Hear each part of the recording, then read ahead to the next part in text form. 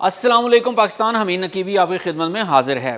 جب پوری دنیا نے ایران کو مٹانے کا منصوبہ بنایا، جب اسرائیل نے اس کی ایٹمی تنصیبات کو راکھ میں بدل دیا، ایران کے ٹاپ جوہری سائنسدانوں کو شہید کر دیا گیا اور امریکہ نے دھمکی دی کہ اب ایران دوبارہ سر نہیں اٹھا سکے گا، تو ایران نے کیا کیا؟ اس نے راکھ سے نئی آگ جلائی، نیا پلانٹ، نئی قوت اور نئے عزم کے ساتھ وہ پھر سے کھڑا ہو گیا، اور آج ایران نے دوبارہ یورینیم افزودہ کرنا شروع کر دی ہے اور وہ ایٹم بم بنانے جا رہا ہے۔ ایران پوری دنیا کے چہرے پر تھپڑ مارنے کے بعد خاموشی سے کام جاری رکھے ہوئے ہے۔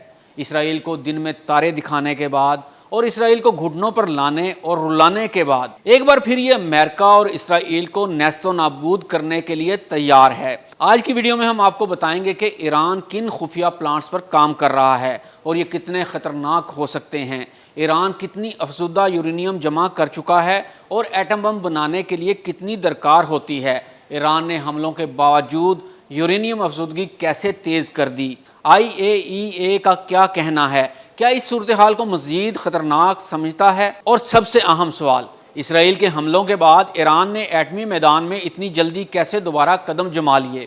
ایران کا یہ پروگرام صرف سائنس اور ٹیکنالوجی کا نام نہیں، یہ قوم کی غیرت، خودداری اور بقا کی جنگ ہے۔ ایران پر سالوں سے امریکہ اور اسرائیل کی پابندیاں، حملے اور سازشیں جاری ہیں۔ چند سال پہلے اسرائیلی خفیہ ایجنسی نے ایران کے معروف ایٹمی سائنسدان محسن فخری زادہ کو دن دہاڑے شہید کر دیا۔ یہ وہ سائنسدان تھے جنہیں ایران کے ایٹمی بم کے باپ کے طور پر جانا جاتا تھا، لیکن کیا ایران نے گھٹنے ٹیک دیے؟ بالکل نہیں۔ ایران نے دوبارہ اعلان کیا کہ وہ اپنے یورینیم افزودگی پروگرام کو زیادہ شدت سے جاری رکھے گا، اور یہ بھی واضح کر دیا کہ اگر اسرائیل یا امریکہ نے دوبارہ حملہ کیا تو جواب ایسا ہوگا جو تاریخ یاد رکھے گی۔ اب جان لیتے ہیں کہ ایران یورینیم افزودگی کتنی اور کیوں کر رہا ہے۔ ایران نے اپنی جوہری پلانٹس میں 60% تک یورینیم افزودہ کرنا شروع کر دی ہے۔ یاد رکھیے 90% افزودگی ایٹم بم بنانے کے لیے درکار ہوتی ہے، یعنی ایران اب اس نشان کے بہت قریب ہے۔ انٹرنیشنل اٹامک انرجی ایجنسی کی رپورٹ کے مطابق ایران کے پاس اب 100 کلو گرام سے زائد 60% افزودہ یورینیم موجود ہے۔ یہ مقدار چند ہفتوں کے اندر مزید بڑھائی جا سکتی ہے۔ تو سوال یہ پیدا ہوتا ہے کہ کیا یورینیم کی یہ افزودگی ایٹم بم بنانے کا اشارہ ہے؟ ایران کہتا ہے ہم پرامن ایٹمی پروگرام چلا رہے ہیں، لیکن اگر ہمیں روکا گیا یا حملہ کیا گیا تو ہم رکیں گے نہیں۔ یہ ایک دوہرا پیغام ہے جس میں امن کی خواہش بھی ہے اور طاقت کا اشارہ بھی۔ تو آئیے اب جان لیتے ہیں کہ ایران بم بنانے کے کتنے قریب ہے۔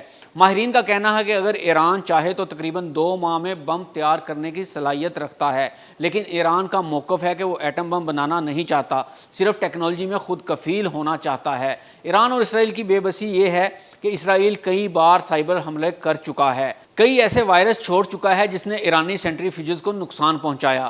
امریکہ نے معاشی پابندیاں لگا کر ایرانی معاشرے کو تباہ کرنے کی کوشش کی، لیکن نہ ایران جھکا اور نہ اس کا جوہری پروگرام رکا۔ اب نئی حکومت میں صدر مسعود نے واضح کیا ہے اگر ہمارے پلانٹس کو نشانہ بنایا گیا ہم پھر بھی افزودگی جاری رکھیں گے۔ نتنز کے اندر زمین دوز نئی تنصیبات بنائی جا رہی ہیں تاکہ دشمن حملہ نہ کر سکے۔ فردوں میں افزودگی کی نئی لائنز لگ رہی ہیں جو جدید ترین IR-6 سینٹری فیوجز پر مشتمل ہیں۔ ایران، روس اور چین جیسے اتحادیوں کے ساتھ دفاعی تعاون بڑھا رہا ہے۔ تو آئیے اب جانتے ہیں کہ IAEA اس بارے میں کیا کہتی ہے۔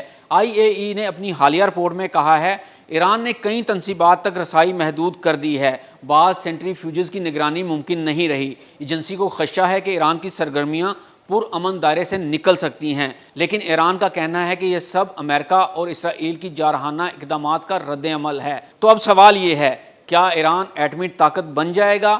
ایران کا سفر ایک ملک کا دفاعی منصوبہ نہیں، بلکہ قوم کی غیرت، شہید سائنسدانوں کا خواب اور عالمی ظلم کے خلاف بغاوت کی علامت بن چکا ہے۔ امریکہ اور اسرائیل اب صرف وارننگز دے رہے ہیں اور ایران عملی قدم اٹھا رہا ہے۔ یہ وہی قوم ہے جو شہیدوں کے خون کا بدلہ ٹیکنالوجی اور عزت سے لے رہی ہے۔ دنیا کو یہ سوچنے کی ضرورت ہے کہ اگر ایران جیسے ممالک مسلسل دباؤ میں آ کر بھی ترقی کر رہے ہیں تو طاقت کا اصل سرچشمہ اسلحہ نہیں، حوصلہ، غیرت اور عزم ہوتا ہے، اور اللہ تعالیٰ کی ذات پر مکمل بھروسہ بھی۔ حمید نقیبی کو اجازت دیجیے۔ اللہ حافظ۔